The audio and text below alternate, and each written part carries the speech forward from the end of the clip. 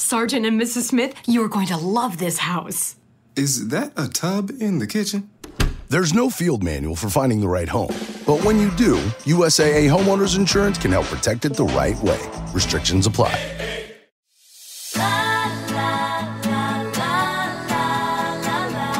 Welcome to What She Said, the heartbeat of Canadian women's voices, with me, your host, Candace Sampson. Here, we dive deep into the raw, unfiltered stories and triumphs of women from coast to coast. This isn't just a podcast, it's a movement where empowerment and education collide and where mansplaining is shown the door. We're here to celebrate, uplift, and echo you. So get cozy, tune in, and let's embark on this journey together, exploring the rich tapestry of women's lives, their battles, and victories, right here on What She Said.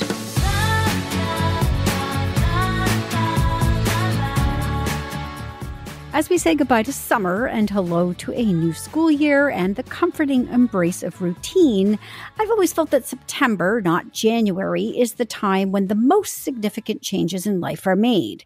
It's a kinder, gentler month to usher in new habits with the warmth of summer still lingering. This week's show captures that transitional energy, starting and ending with travel-focused segments and a dash of educational content in between. Here's what's coming up. By 2030, the world population of menopausal and postmenopausal women is projected to reach 1.2 billion.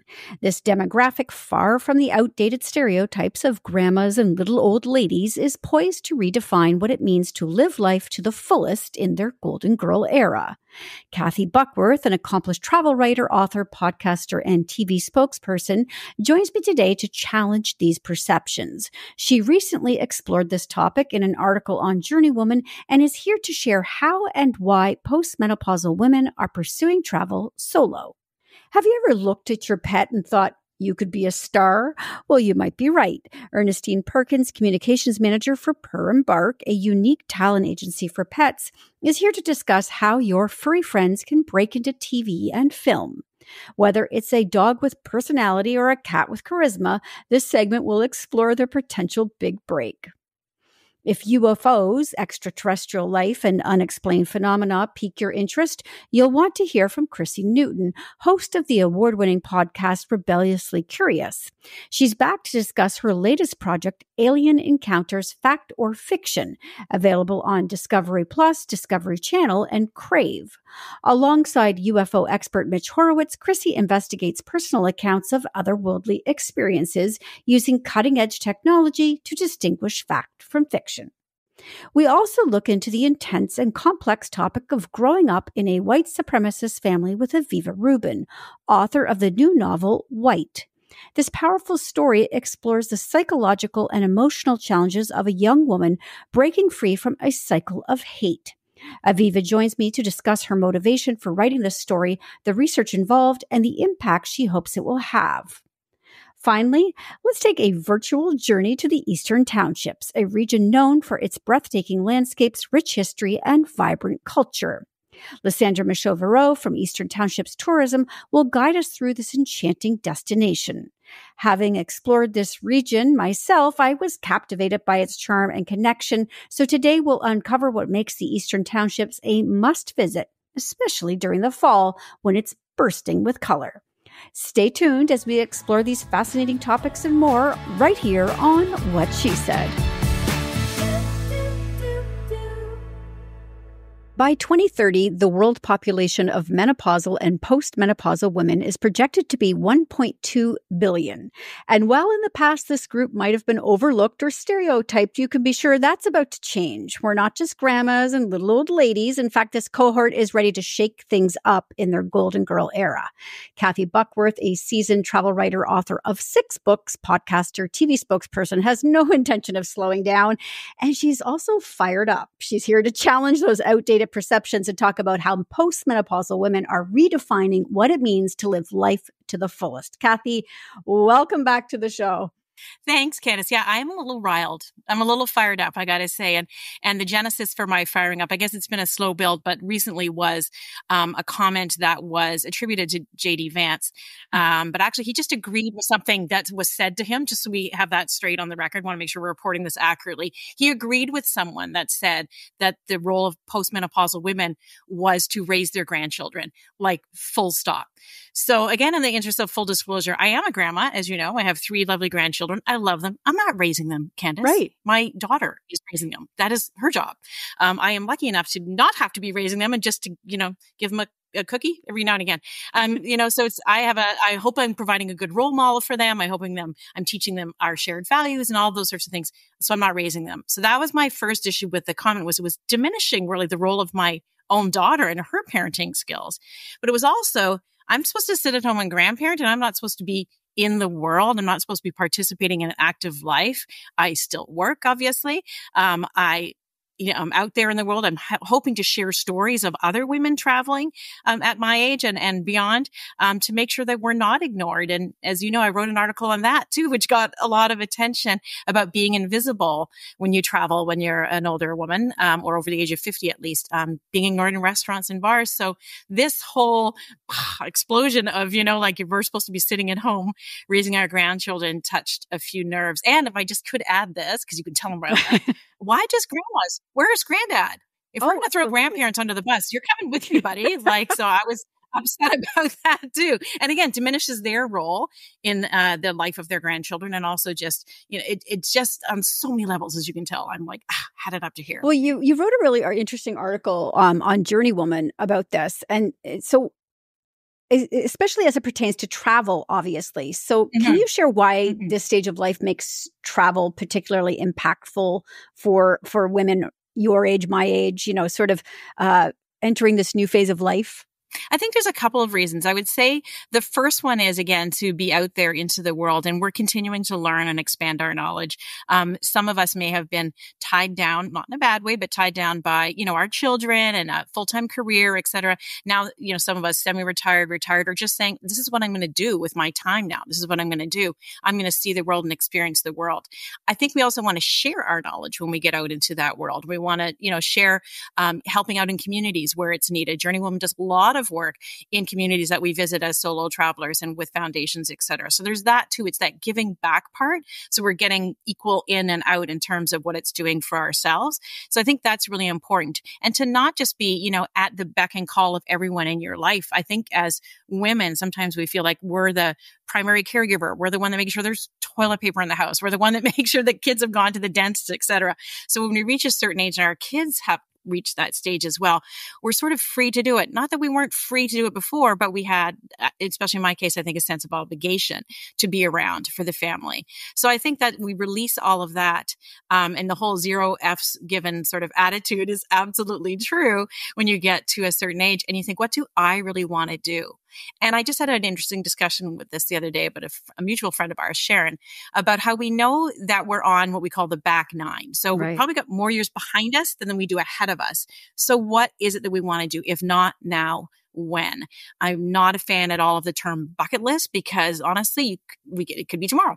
So the bucket list, the whole idea of I'm saving this up for something special, or when I retire, or when my kids leave home, or when I have $10,000 in the bank, or when I whatever, not discounting money. That's a big deal. But I'm just saying we set these goals that really have nothing to do with why we're not doing it right now. So that was part of my message too, to say, not only are we just sitting around raising our grandchildren, but if you are, that's great. That's what you want to do.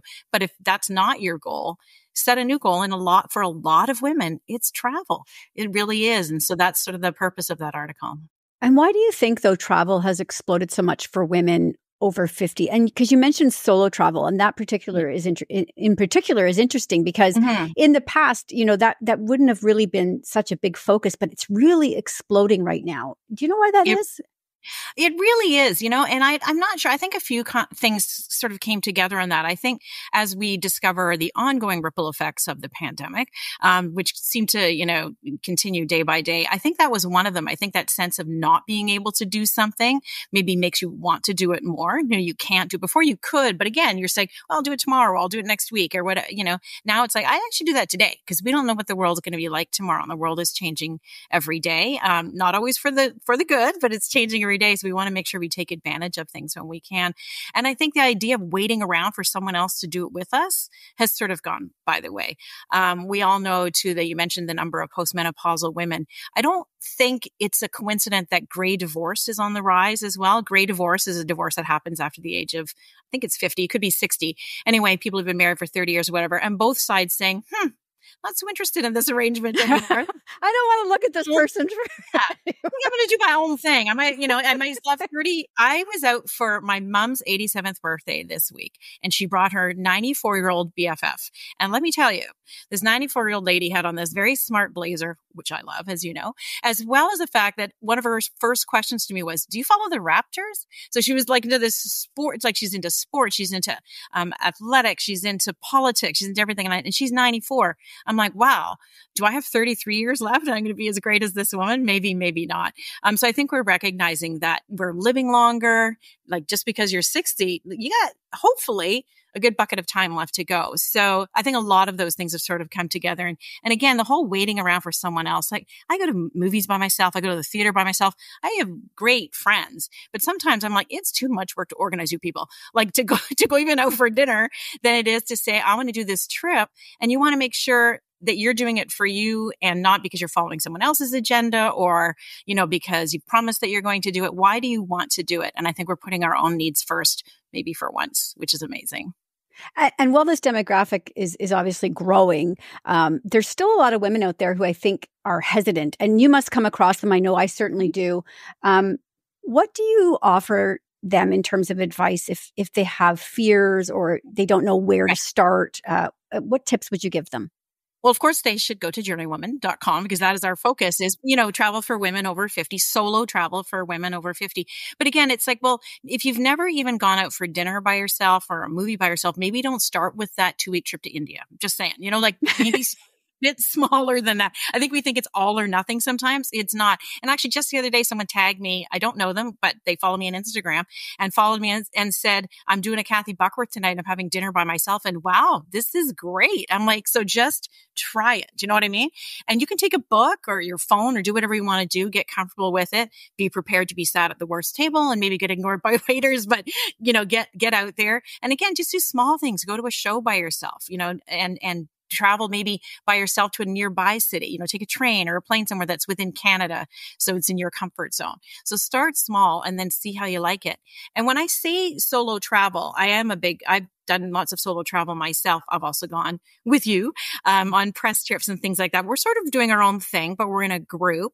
And you can find that experience too, even if you're not a travel writer. On Journey Woman, we have tons of solo travel groups and tours that you can look up to say, well, I really want to go to wherever it is. Let's say India again.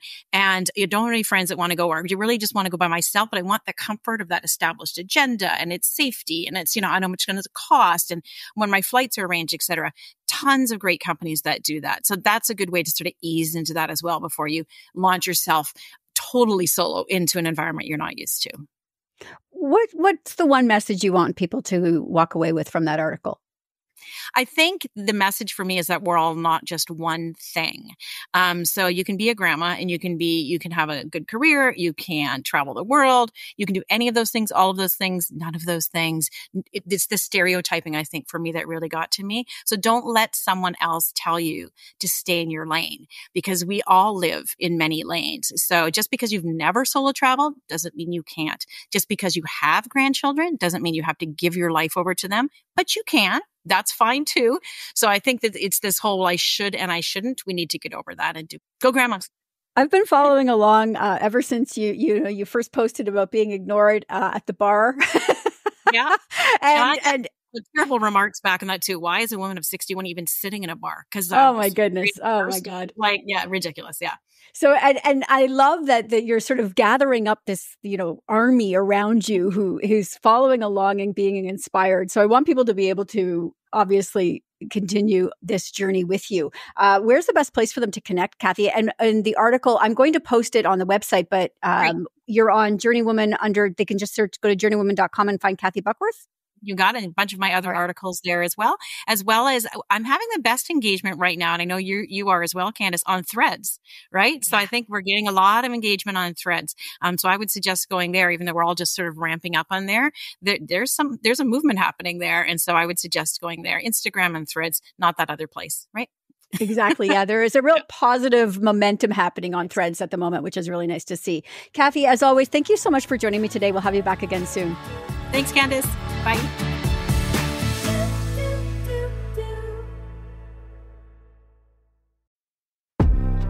Discover My Self Le Parfum by YSL Beauty. The new, sensual, and warm intensity enhanced by spicy vanilla bourbon. A fragrance for a man born unapologetically himself. Myself, Yves Saint Laurent.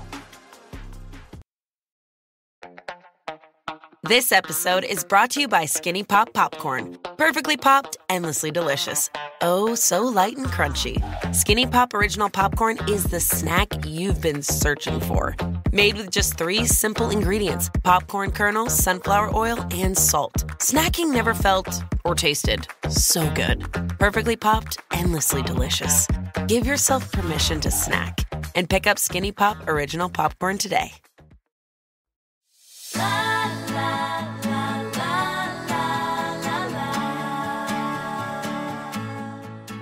If you've ever looked at your dog or cat and thought, you've got star quality, you might be onto something. My next guest is here to tell us how our beloved pets can make it in the world of TV and film. Ernestine Perkins is the communication manager for Purr Bark, a unique talent agency dedicated to helping dogs and cats find roles on the big screen. Whether you have a pup with personality or a cat with charisma, this could be their big break. Welcome to What She Said, Ernestine. Thank you so much for having me. I had to actually have you on because I love everything about this. It's a fascinating business. So can you tell us how Purr Bark got started and what inspired the creation of a talent agency specifically for dogs and cats? Thank you. Look, the actual funny thing is we actually have a proper agency that puts kids and adults on TV and film already. We've been doing it for over 20 years, and that's TN Model and Talent. Purr Bark is a division of TN Model and Talent after we saw a huge influx of want for pet talent in Canada. This is actually a really big, space. There's a huge space in the US for pet talent and pets on TV. And it's just starting to come over this side of things. And we thought we'd just get ahead of the business. And since we already have the castings coming in, why not just, get some beautiful, cute little dogs and cats on board and see how it goes. So what makes a dog or cat have star quality that you would look for in TV and film roles? Are there particular traits or behaviors that tend to stand out? Oh, you just honestly, dogs and cats, they can go off of just being cute, and we love that for them. But most of the time is have a dog that has great temperament, a cat that has great temperament, easily adaptable to different spaces, loves people, obviously, because, they'll be on different sets.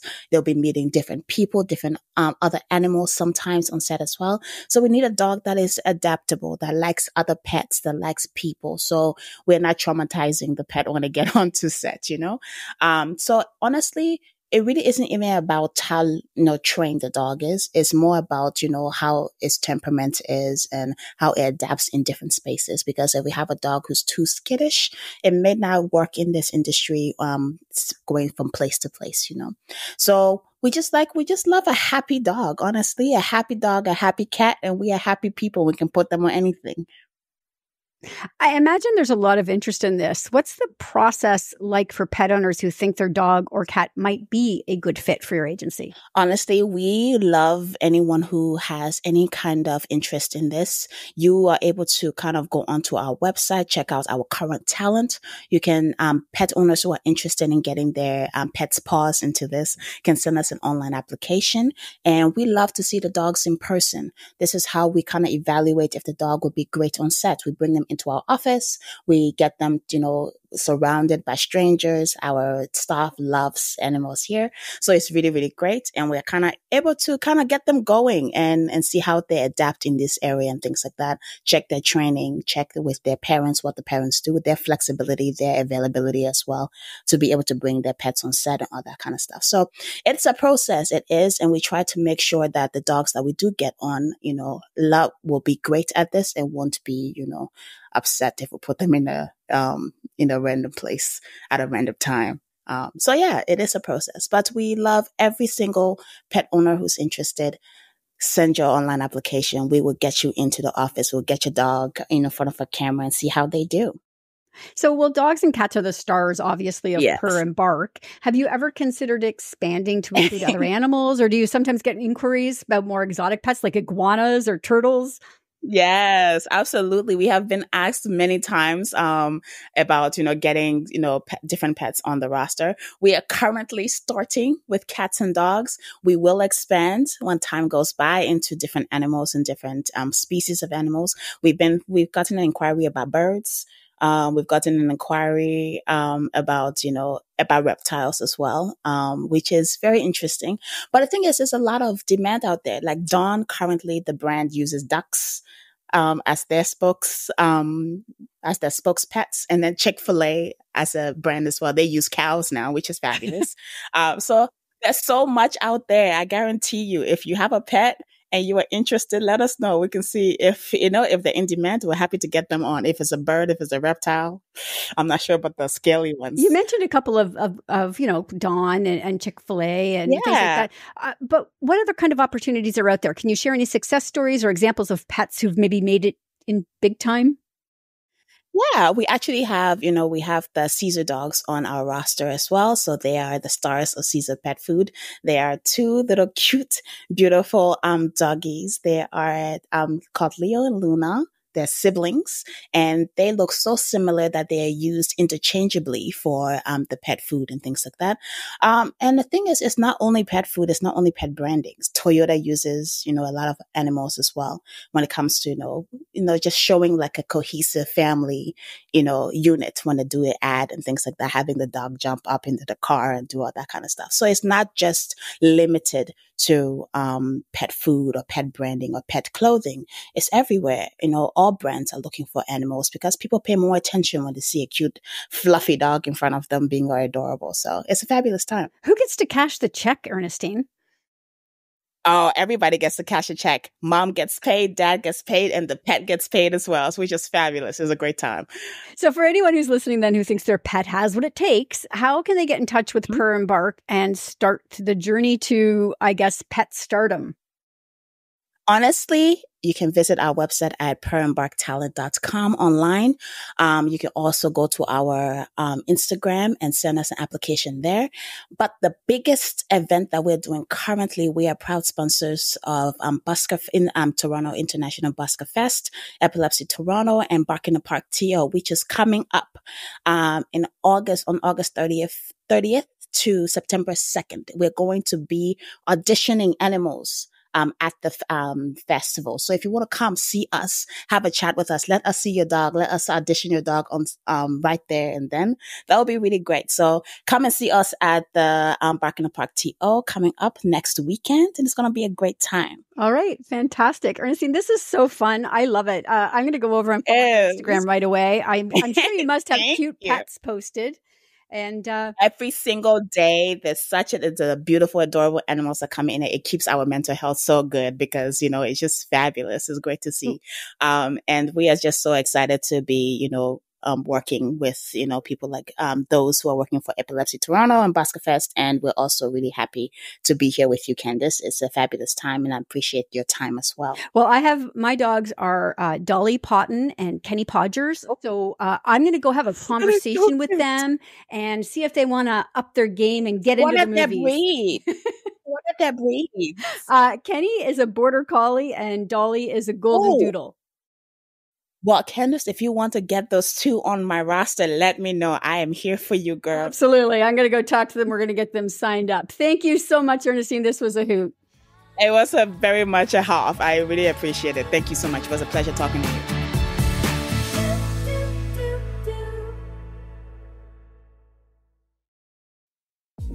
Achieve clean, healthy-looking skin with Youth to the People. The 20-time award-winning superfood cleanser gently deep cleanses and removes makeup and SPF in 30 seconds. For skin that's hydrated, balanced, and soothed, never stripped. It's the green juice cleanse for your face. Formulated with good-for-you antioxidants like kale, spinach, and multivitamins to respect your barrier. No disruption. Find out why one cleanser is sold every minute in the U.S. Shop now at Sephora. Close your eyes and picture something cheesy and delicious. Something satisfying. Ready in 3.5 minutes. Like a Kraft mac and cheese cup. Available now at a store near you.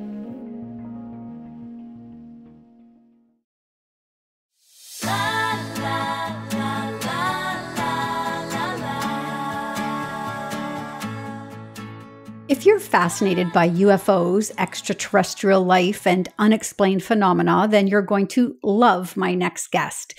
Chrissy Newton, host of the award-winning podcast Rebelliously Curious, is back on the show to talk about her latest venture, Alien Encounters, Fact or Fiction.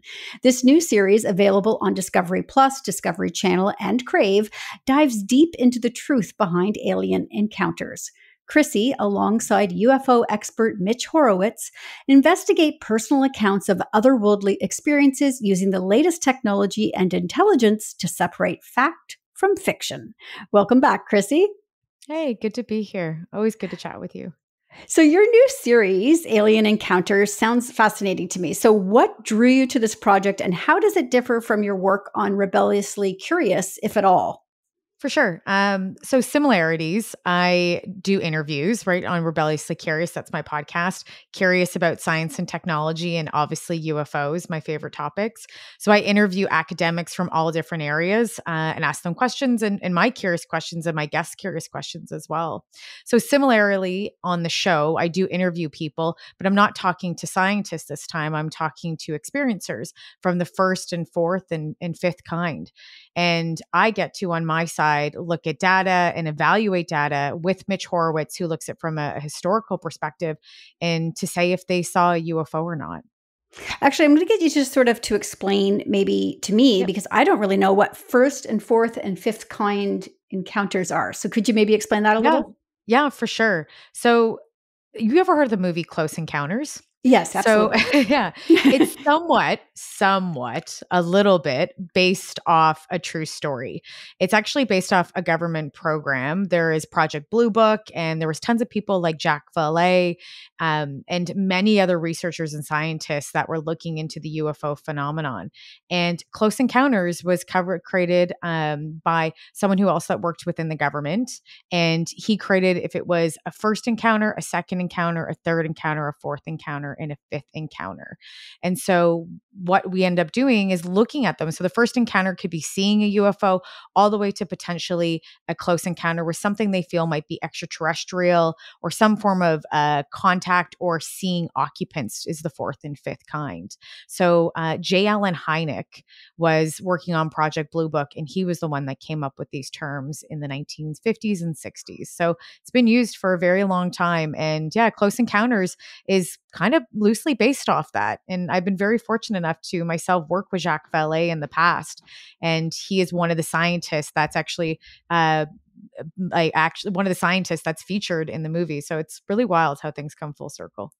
And this show takes place in Roswell, New Mexico, a town that's synonymous, frankly, with UFO sightings. So how does the location add to the atmosphere and credibility of the stories you investigate?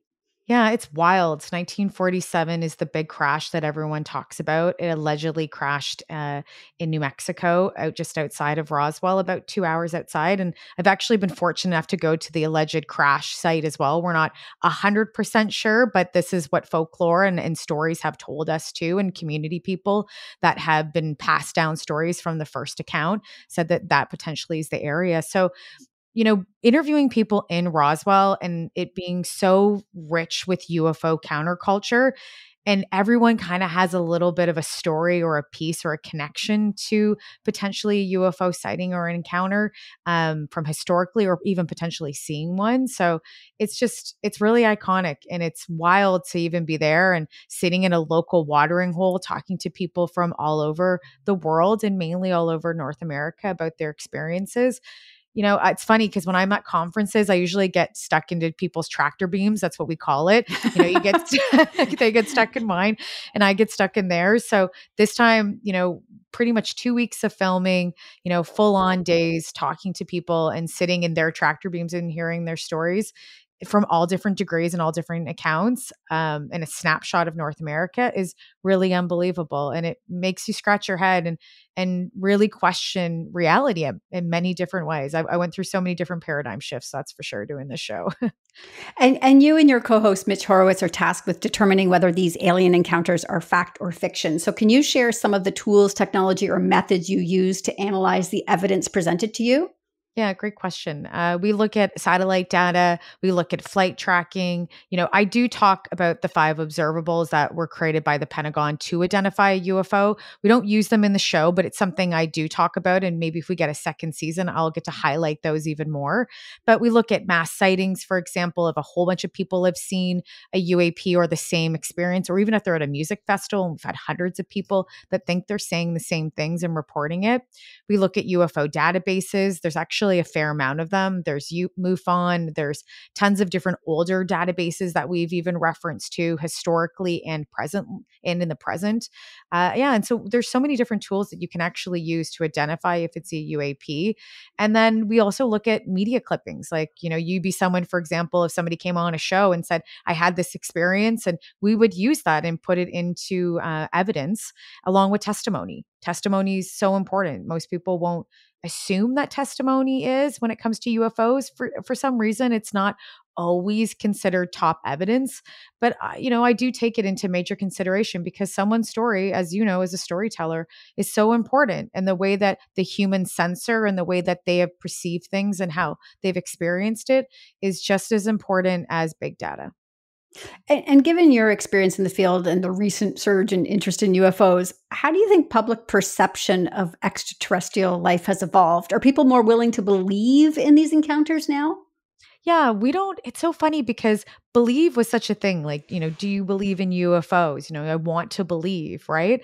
We don't really say the belief of UFOs anymore. And I guess in more of an academic perspective, because it's not a belief system, right? It's something that we know that there is something flying in impunity in airspaces in Canadian, in American, and around the world that we're not sure what it is, right? We don't know if they're extraterrestrial. We don't know if it's interdimensional. We're not even sometimes sure if they're foreign adversaries too. So we're trying to figure that out. But for sure, the stigma of UFOs has changed since the 1960s, especially the 1980s. The 1980s had a tabloid field day when it came to UFOs and aliens. They loved it. All the way from Bill Clinton being friends with aliens, I think even down to Hillary Clinton being friends with them in the 80s, to now actually being a really serious topic that not as much the Canadian government is looking into it. We are, but it's very much an American topic in defense and counterintelligence, which is wild to think,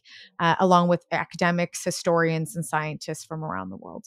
You just triggered my memory there when you were mentioning about the tabloid. Like, I remember those tabloids at the grocery checkout. Just every week, it seemed there was some UFO story, which is too funny to me. But so what can viewers expect then from alien encounters? Do you think they will be surprised by what you uncover in this series? Yeah, they're going to go on a ride with us as much as Mitch and I are living in those moments because we don't know how someone's going to react. And that's the really hard part. I've said this before too. When I walked on set, I was like, please do not make me the Simon Cowell of UFOs. I have a heart, and if I have to break, bad news, or if they consider it bad news, or just really hard if we think that we have really strong data to say that they didn't see what they thought they believed. So that's really the hard part. You go on this journey where, I don't want to crush someone's soul, right? But you also want to hold them carefully, and you want to be mindful of how you say this to them so that they're going through their own paradigm shift, right? Sometimes people want it to be a UFO and then some people don't. And you really don't know when you walk through the door what the story's going to be or along with how they're going to react. And that was the part that I think people that are watching the show will go on a journey with us just as much as Mitch and I did in real life filming it. Finally, there's a growing conversation, Chrissy, around UAPs and government disclosures. Where do you see the future of this field going, both in the media and in public discourse? Yeah, that's a really great question. In a Canadian perspective, I hope that we take it a little bit more seriously, and I think we will. We've seen that in Project Blue Book and other government programs in the 1960s and 70s that Canada really did play a big part in it. We're just really quiet. Like a lot of our scientists actually worked on some of these programs with the American government and the Pentagon. So now I think that as the American government starts to slowly disclose what is happening and what they know because of legislation being changed right now currently, we will follow suit. So we're sistering countries. That's what happens. They have a lot more technology than we do, but we have access to it as well when it comes working together on programs. So I really do think that this is going to become more of a conversation outside of entertainment and more into news and into all different hards and soft sciences. So I'm excited for that. I'm really excited, and I'm happy that I get to be a part of this, and I get to be one of the first females on camera to talk about UFOs in a data perspective in the entertainment section, not so much news. I do love news, don't get me wrong. That's my jam, but I think that it's exciting to be one of those people because there's not many women in this field, and I hope that there's more coming because I would love to work with them. Okay, Chrissy, amazing. I can't wait to actually watch this series just because I think knowing you and having interviewed you a couple of times, I'm actually really invested in where this is going to go now. So I hope I'll have you back again for season 2. And in the meantime, where again can people catch this? Yeah, for sure. They can see it in Canada and in the States on Discovery Channel. So Discovery Channel in the States and in Discovery Canada. Oh my gosh, HBO Max, and on Discovery Plus. So yeah, they can catch it. And which would be for us, HBO Max would be Crave, I believe. So there's tons of places that you can get it. And it's exciting to even be featured on it. So I'm very grateful for that. And where can people follow you on social media? Because I know you share there as well. Yep, for sure. On Instagram, it's being Chrissy Newton, and on TikTok, it's being Chrissy Newton, and on X, it's Chrissy Newton. Or they can just go to chrissynewton.com to find me on socials and all my work at The Debrief. Incredible. All right. Thank you so much for joining me today, Chrissy. Awesome. Thanks for having me.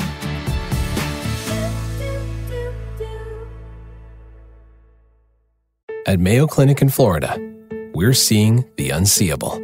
Using advanced imaging technology, our experts can look deeper into the human body, uncovering the smallest of details that would otherwise go unnoticed, leading to more accurate diagnoses and treatments.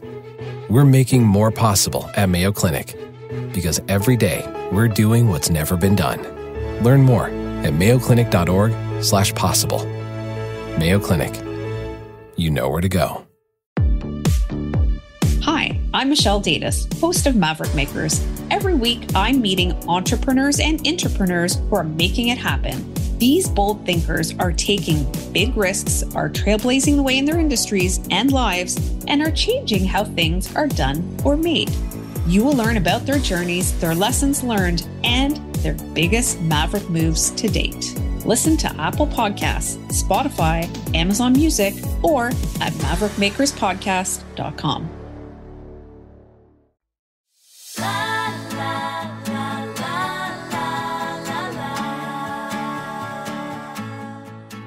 Tackling the intense and complex subject of growing up in a white supremacist family, Aviva Rubin's new novel, White, dives deep into the psychological and emotional struggles of a young woman trying to break free from a cycle of hate.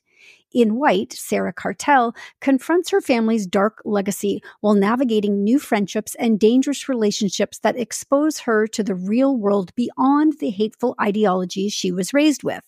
Today, I'm speaking with Aviva Rubin about why she chose this topic, the process of writing such a heavy story, and the research that went into it. Welcome to What She Said, Aviva. Thanks so much for having me. So White tackles an incredibly heavy and difficult subject. What inspired you to explore the themes of white supremacy and family loyalty in this novel? Well, in the 1990s, I did a lot of activism, like anti-fascist and anti-racist activism at a time where there was a lot of white supremacist activity, particularly in Toronto, but really across Canada and the US. So, I spent a lot of time trying to fight that. And learning a lot about what was going on in the organizations that were sort of stirring up trouble across the country.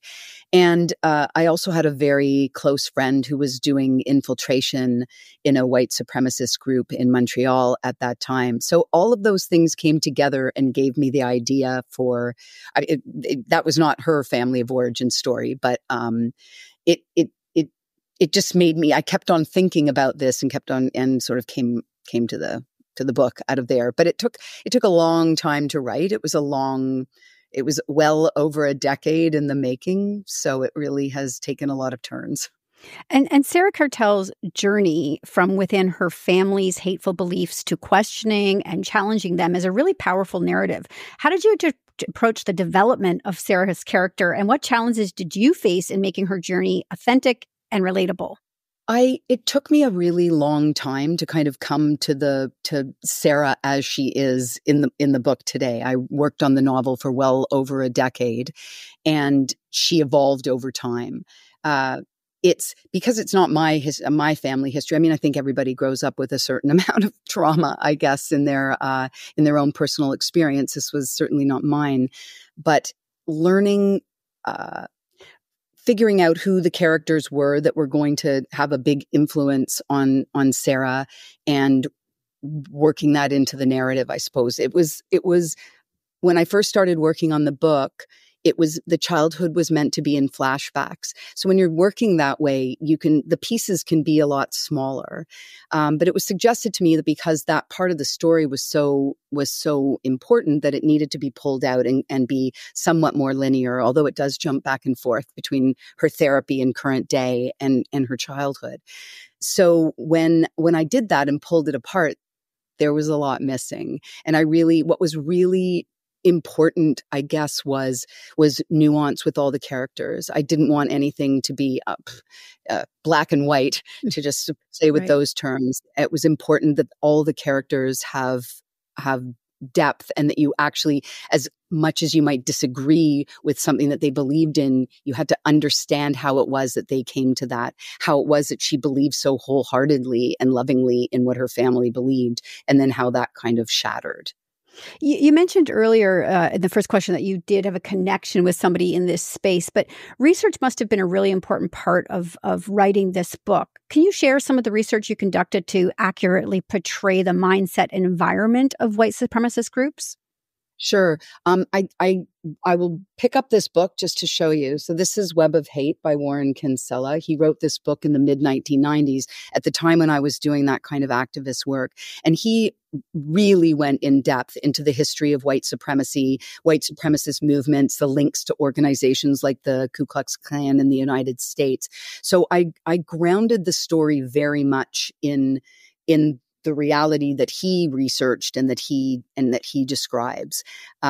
So part of it was things that I had experienced and things that I understood myself from the work that I had done, but a lot of it was based on the research that Warren did and a couple of other people as well, books that I read. So there are actual events and people that are mentioned in the book that are historical figures, like modern historical figures in Canadian white supremacist history. And I built the characters, like the fictional characters, around those. Writing such a dark and complex theme can be really emotionally draining, I imagine. So how did you balance the heaviness of the subject with moments of hope or lightness in the story? You know, it's interesting because when I started writing the story, and I've learned a lesson, and thankfully one only writes a first novel once, but I really had no idea where Sarah was going or what was going to happen to her. And it was kind of like, oh, I wonder what's going to happen next. I hope that she's okay, even though it was me writing the book. But in a lot of ways, the character, certain aspects of the character got lighter over time. Like there's actually quite a bit of humor in the story and in sort of the way that Sarah approaches the world and sees other people, to balance out the heaviness. And I think I do believe that there's a lot of love. There's really only one character in the novel who is completely not redeemable. And I think you sort of know that right from the very beginning, and that's the grandfather. So I think that given the love and the connection between the family members and the humor that is built into the experience, I guess that's the way to balance it out. It is not pure darkness, that's for sure. I imagine you have a hope for readers to take away from after they read White. So how do you want this book to impact conversations around hate, redemption, and the possibility of change? I think that it's such a different book now than it might even have been if it had been published like 7 or 8 years ago. Like I talk about like during the Obama administration, for instance, like it's a very frightening time, in my opinion, for all sorts of extremist beliefs. And what right now seems to be an acceptance and a legitimizing of white nationalism and feelings of pride. And I'm not suggesting people shouldn't feel good about who they are. It's just, it was very much, these belief systems were way more marginal when I was doing that kind of activism, and even a few years ago. And now they don't feel that way at all. It feels like people who hold these beliefs think they are just fine and that they are somehow entitled to some position in the world just by virtue of the fact that they are white. So, I mean, I guess what I'm hoping is that this starts conversations about the possibility of moving out of that. And Arno Michaelis, who's one of the people who blurbed the book, was involved in white supremacy, like very strongly at the time that I was doing like anti-fascist activism. And, you know, he's someone who completely changed his direction in life. And he read the book and felt and commented on how important it was to be talking about this, even though it's set in the 90s. The reality of what's going on is even more, I would say, significant and frightening now. Absolutely. I couldn't agree with you more. We have to stop normalizing this kind of hatred and vitriol that is out there right now. So I can't thank you enough for joining me. I want people to be able to find the book, obviously, and read it and also connect with you. So where can they do that? Well, I can be found on Instagram, which is a new place that I seem to be living these days. Aviva_Rubin_author. I'm on Facebook at Aviva Rubin author, and I have a website, which is avivarubin.ca. So any of those places you can find me. All right. And the book is available where? The book is available everywhere at the moment, I think. Like you can get it off of Amazon or at Indigo. You can get it at Barnes & Noble in the States. You can get it at you can order it through indie bookstores as well, both in Canada, in the United States as well. So, all right. Fantastic. Aviva, thank you so much for joining me today. Thank you so much, Candace. I really appreciate the opportunity.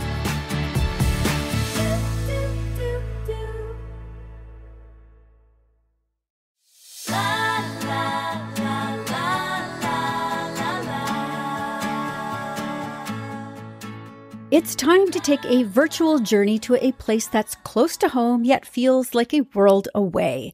The Eastern Townships, a region known for its breathtaking landscapes, rich history, and vibrant culture, is a haven for travelers and adventurers alike. And who better to guide us through this enchanting destination than Lysandre Michaud-Verreault from Eastern Townships Tourism. Last year, I had the pleasure of exploring the region and was captivated by its charm and connection. So today we'll delve deeper into what makes the Eastern Townships a must-visit, especially in the fall when it's bursting with color. Welcome to the show, Lysandre. Hi. So the Eastern Townships was recently recognized by the New York Times as one of the 52 places to visit in 2023. So what do you believe sets the region apart on the global stage? So we're located in 1 hour's drive from Montreal, and we've been a tourist destination since 1850. We share the border with the U.S., Vermont, New Hampshire, and Maine. That's why we say we are close to you, far from ordinary. It's a land, as you said, of astonishing beauty. It's a kingdom of mountains, of lakes, farms, picturesque villages, vibrant cities. So their area is known for its exceptional landscapes, but also for its wineries, microbreweries. So there are many things. I think that's what sets us apart, is that we, in a small region, in one place, you can find as many things as you would like to visit. We are the Canada's New England with a French flair that also sets us apart. There's no other place like the Eastern Townships in Quebec or in Canada. That's why we were the only Canadian destination atop of this 52 destination.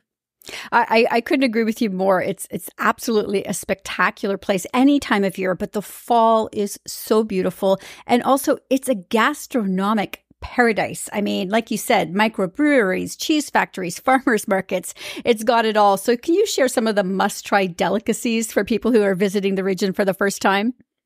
Yeah, so you're very right. If you visit the region without really sampling the local eats, then you are missing out on one of the region's most delicious attributes, right? So we have 30 microbreweries just in the Eastern Townships, more than 30 wineries, 16 cheese factories. So I mean, we got plenty, right? We have 30 public farmers markets. So any places are rich, tasty, delicious. We also have Café Village and many fine dining restaurants. And you also have a lot of outdoor activities because honestly, it is just a nature lover's paradise in that area. Mm-hmm. So what are some of the things people can do who want to get outdoors? Well, we are renowned for being a cycling destination. So I'd say mountain biking, cycling, gravel bikes, everything that you can do on two wheels. We are the place for doing so. And you can do it during the fall, during the summer, whenever really, except during the winter where we have many other activities to do. It's also an area that's incredibly rich in history. Last year, we went to the monastery. There is old homes. There is vintage shopping everywhere, antiques. So what else can people find in the area? Well, we really have a strong and rich Anglo-Saxon heritage. So this history influenced really the culture and also the attractions of the region. So the first wave of inhabitants were Americans, Loyalists, Scottish, and Irish settlers. So they came during the 18th century, and that really shaped the region, be it homes, be it buildings, but also just the way that the towns are built. So if you visit the Township Trail, the Chemin des Cantons, we call it, you'll travel through 31 towns and villages where you can really witness gorgeous Victorian homes, for instance, but also round barns, which are very special, covered bridges, museum, churches, interpretive sites, and more. So they all are telling a captivating tale of the townships through the time. So far, we've been really touching on things that I think adults would love when they visit. But what about people who come with their kids? Yeah, so there are many family-friendly activities in the townships. In the whole region, we have over 1,000 offerings. So be it family activities, outdoor activities, activities, etc. But some of the top picks for family are the Granby Zoo. So no matter the season, the zoo is just memorable. It's a wonderful place to see animals, but also because there are the Amazoo, which is a water park in the summer. I'd say also Aquatica at the Parc Découverte Nature. It's in Coaticook. It's an immersive adventure. It's a game of fishing. It's a fish farm, actually. And you have this interactive game where you can partake in a series of challenges. So you can grow your school of fish, let's say, as large as possible. It's really out of the box experience. And also, let's not forget the Astrolabe in Parc National du Mont Mégantic. It's nestled in the first International Dark Sky Reserve, the Astrolabe. So it's the observatory that provides incomparable perspective of the sky above. So it's really interesting for kids and parents alike. They can acquire new knowledge from all the activities and workshops. We also have Bleu Lavande, which is fairly famous and popular among families because it's a lavender farm in Magog in the Eastern Townships. You have tasty picnics. You can enjoy there just the setting, just the landscape, walk. So it's a beautiful place for families to enjoy the day.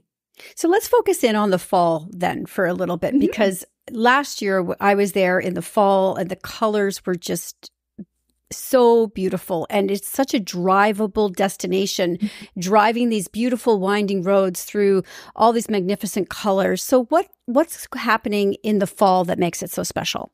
Yeah, it's indeed one of the most beautiful seasons in the Eastern Townships, especially for outdoor enthusiasts. So I'd say to catch the colors in all their glory, there's really no place like a summit, right? A summit of a mountain. My top picks would be the Mont Mégantic National Park, the Montfort National Park, and the Mont Ham, because you got 360 degrees vantage points and breathtaking views.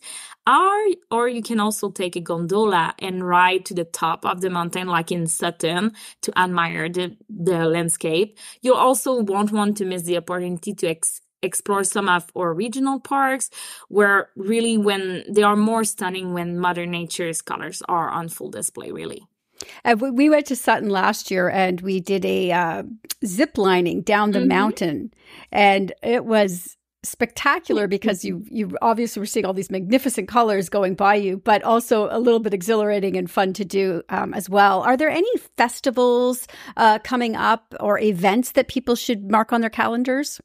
Yeah, so during the fall, there are all these fall foliages events. So we have Flambée des Couleurs, for instance, that is in Memphrey-Magog. It's really a must-go. It's many weekends during September and October where you can ride, for instance, the gondola to see the vista, but also there are multiple activities. There's a microbreweries festival during the Flambée des Couleurs. So this is really an event. And there are many other places in the Eastern Townships where you have these kind of events. You also have the Fête des Vendanges. The vendange is when you are harvesting the grapes for making the wine. So this is because we are a really a region known for the wines. The winemaking is something part of the region. Then the Fête des Vendanges is really an event to go and to be. Well, I love promoting Canadian tourism, and obviously I want people to check out the Eastern Townships because it is just a must-see destination. So if people want to plan a trip or check out what's happening in your area, where can they go and how can they keep up with what you share on social media?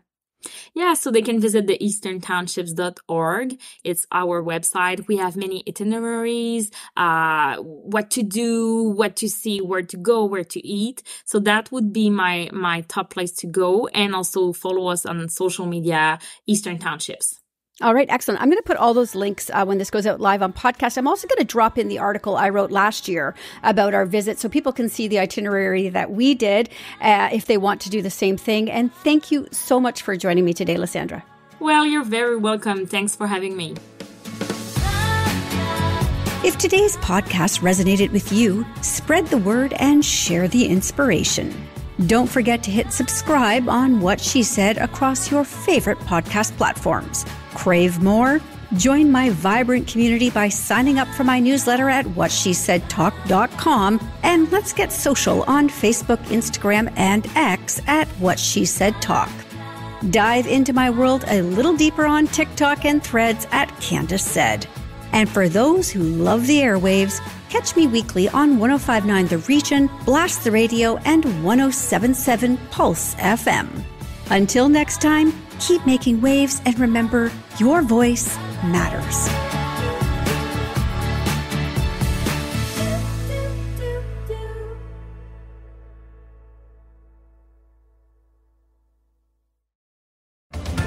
You May Also Like is a podcast recommendation show where we interview a podcast host about the subject matter of their show. You'll hear lots about the subject matter and not a lot about the show, because you can listen to that show on your own time, right? Find the show on Apple Podcasts, Spotify, Amazon Music, and at youmayalsolike.net. You May Also Like is powered by Matt Kundle Voiceovers. You may also like to use Matt for your next voice project. For samples and rates, go to mattkundlevoice.com.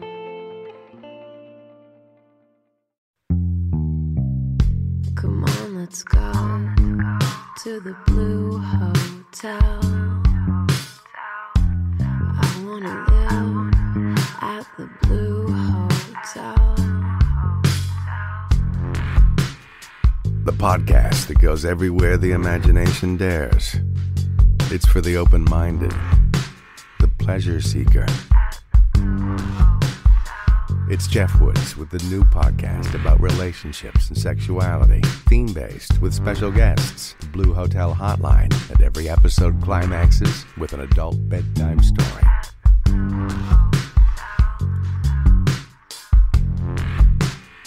Get a room and listen in at the Blue Hotel. Begins Friday, September 23rd.